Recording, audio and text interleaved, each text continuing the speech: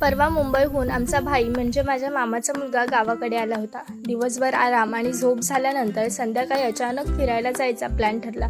मग मी, दीदी, बडा दादा, भाई आणि पप्पा सगळे मिळून घराबाहेर पडलो। पण आम्ही नेमके कुठे गेलो, तिथे आम्हाला काय खास पाहायला मिळालं आणि या छोट्याशा ट्रिपमध्ये काय मजा आली, चला तर मग सुरुवातीपासून सुरुवात करूया। जसं मी आधी सांगितलं, आम्ही अचानक पप्पांसोबत फिरायला निघालो। भाई खूप दिवसांनी गावाकडे आला होता, त्यामुळे संपूर्ण रस्ताभर आमच्या गप्पा काही थांबतच नव्हत्या।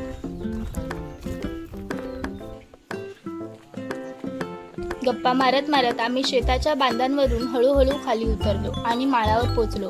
तेवढ्यात दीदी म्हणाली, आप्पांच्या साई इंडस्ट्री परिसरातील फार्मवर एकदा जाऊया का? आता तिथे जाऊन काय बघायचं असा प्रश्न आमच्या सगळ्यांच्या मनात आला। पण दीदी म्हणत होती म्हणजे काहीतरी खास असणारच, म्हणून आम्हीही तयार झालो।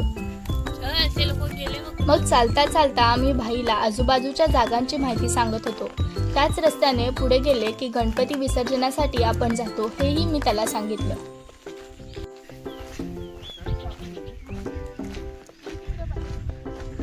मुरमाच्या लालसर मातीचा रस्ता आणि आजूबाजूला दिसणारे हिरवेगार डोंगर बघत बघत आम्ही पुढे चाललो होतो। वातावरण इतकं छान होतं की चालण्याचा थकवाही जाणवत नव्हता।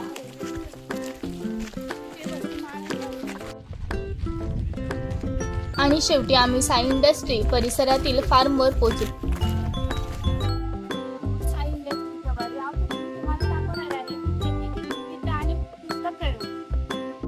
परवानगी मिळाल्यानंतर तिथे काम करणाऱ्या एका दादाने आम्हाला फार्म दाखवण्यासाठी सोबत येण्यास सांगितलं। मग काय, आम्ही सगळे त्यांच्या मागोमाग फार्मची पाहणी करण्यास सुरुवात केली।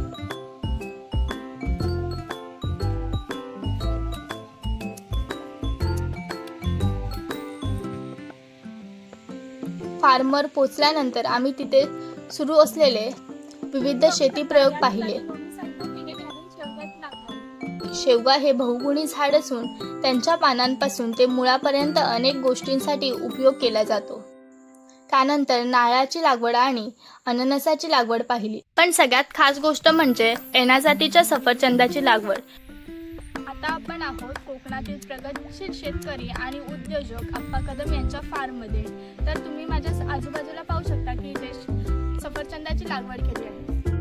आता मी तुम्हाला दाखवत आहे कोकणातील प्रथम सफरचंदाची लागवड। कोकणात प्रथमच करण्यात आलेली ही सफरचंदाची लागवड पाहण्याची संधी आम्हाला मिळाली। कोकणासारख्या हवामानात सफरचंदाची लागवड हा खरोखरच एक वेगळा आणि प्रेरणादायी प्रयोग वाटला।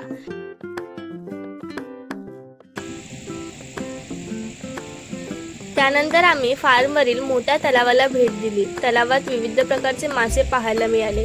तिथे थोडा वेळ घालवला, फोटो काढले, सुंदर वातावरणाचा आनंद घेतला आणि मग या सुंदर अनुभवाच्या आठवणी सोबत घेऊन आम्ही परतीच्या प्रवासाला निघालो आणि घरी परत पोहोचलो।